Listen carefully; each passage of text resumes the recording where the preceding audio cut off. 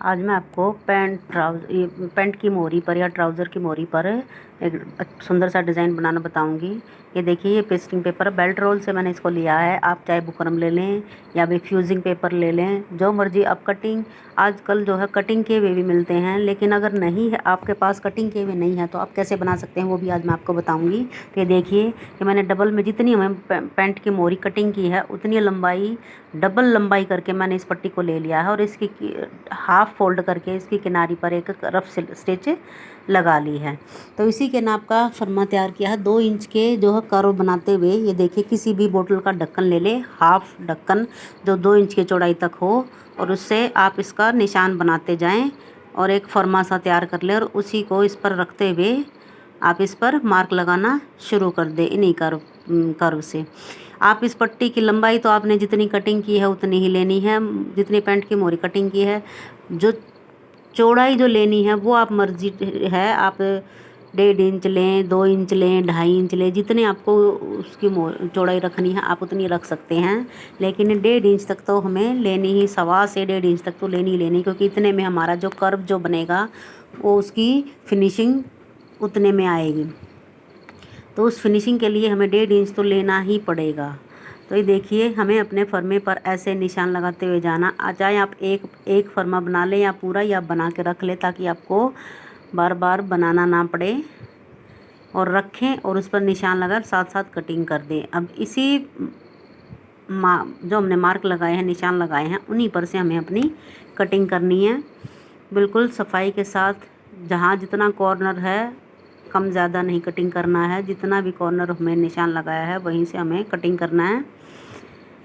ये जो rough stitch लगाई थी, इससे यह फ़ायदा होता है ताकि हमारा जो है दोनों पार्ट एक साथ फिनिशिंग के साथ कटिंग हो जाते हैं, इधर उधर जो है नहीं खिसकते हैं। फिर बाद में हम अपनी रफ स्टिच को निकाल देते हैं। रफ स्टिच का ये फ़ायदा होता है। ये जो है सिलाई करते हुए हमें छोटी छोटी जो हैं बातें हैं वो ध्यान में रखते हुए चलना होता है। जब जैसे जैसे हम स्टिचिंग करते हैं वैसे वैसे हम अपना स्टिचिंग में इम्प्रूवमेंट करते जाते हैं। ये भी एक ज़रूरी बात है, ध्यान में रखने योग्य, क्योंकि जब हम स्टिचिंग करते हैं तभी हमें ये पता चलता है हम इस काम को कैसे कर सकते हैं। तो भाई रफ स्टिच, दोनों पार्ट पर रफ स्टिच, कोई भी आप डिज़ाइन कटिंग करें, गले का, बाजू का, कोई भी करें आप, तो उसमें ऐसे अगर आपको डबल पार्ट कटिंग करना है तो ऐसे ही आप कर सकते हैं और बाद में अपनी रफ स्टिच को निकाल दें। तो ये देखिए डिज़ाइन पर कितने फिनिशिंग के साथ हमारा जो डिज़ाइन कटिंग हो चुका है, बिल्कुल ऐसा है जैसे अब रेडीमेड कटिंग किए हुए डिज़ाइन कटवर्क के आए हुए हैं राउंड में, हाफ राउंड में।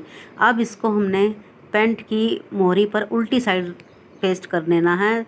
हमें ध्यान रखना है जो सेंटर पॉइंट है ना मोहरी का, सिलाई का, यही हमें अपने कटिंग किए हुए डिज़ाइन का सेंटर पॉइंट रखना है। जितनी हमने मोहरी तैयार रखनी है वहाँ से हमें इसको पेस्ट कर देना है, जितनी हमने मोहरी तैयार रखनी है। और जो सेंटर पॉइंट है, सेंटर पॉइंट से सेंटर पॉइंट मिलाते हुए ही हमें इसको रखना है। इसी से हमारी जो है फिनिशिंग आएगी मोहरी बनाने में। और इसको पेस्ट इसीलिए किया जाता है तो ताकि हमारी जो सीधी तरफ है उसमें बहुत अच्छे से फिनिशिंग आए। तो ये देखिए हमारा जो पेस्ट हो चुका है।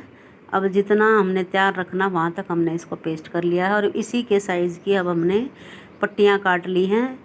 ये देखिए दोनों मोरियों की पट्टियाँ जो काट ली हैं, अब इसकी किनारी पर भी एक अच्छे से प्रेस लगा देनी है। दोनों किनारियों पर जितना हमने फोल्ड करना है और जितना हमने रखना है उस हिसाब से हमने इस पर प्रेस लगा देनी।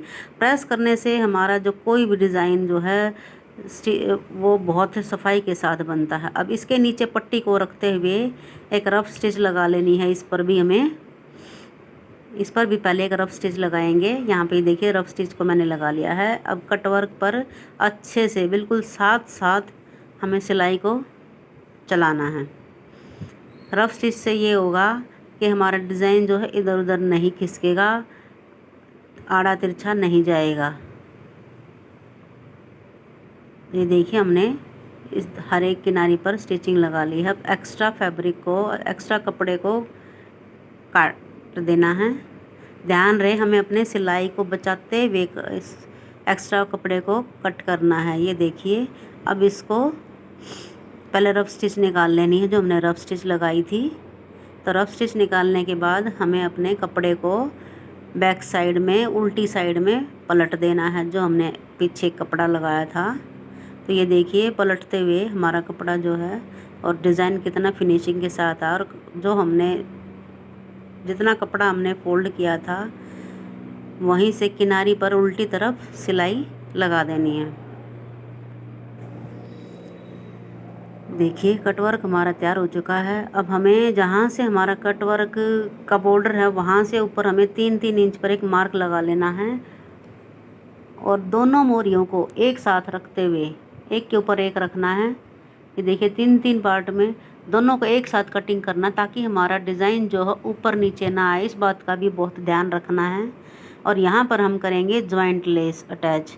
ये देखिए, पहले एक किनारे पर रखी, एक सिलाई लगाई, फिर पलटते हुए सीधी तरफ किनारी पर एक सिलाई लगा देनी है। देखिए कितनी सफाई के साथ लग चुकी है। अब ऐसे ही सेंटर के साथ सेंटर नीचे वाले पार्ट को अटैच करेंगे, जोड़ के जॉइंट के साथ जॉइंट को मिलाते हुए, ये ध्यान रखना है। अब ये देखिए, इसके ऊपर भी एक सिलाई लगा देनी है। अब उल्टी तरफ इनकी किनारियों पर जो है इंटरलॉक कर लेना है। ये देखिए, अब हमें कट से कट वर्क मिलाते हुए आमने सामने कटवर्क आना चाहिए और हमें जितनी मोरी अपनी तैयार रखनी है वहाँ से हमने अपनी मोरी को तैयार करना है और जॉइंट से जॉइंट मिलाते हुए। ये देखिए, हमारी जो मोरी जो बनकर तैयार है।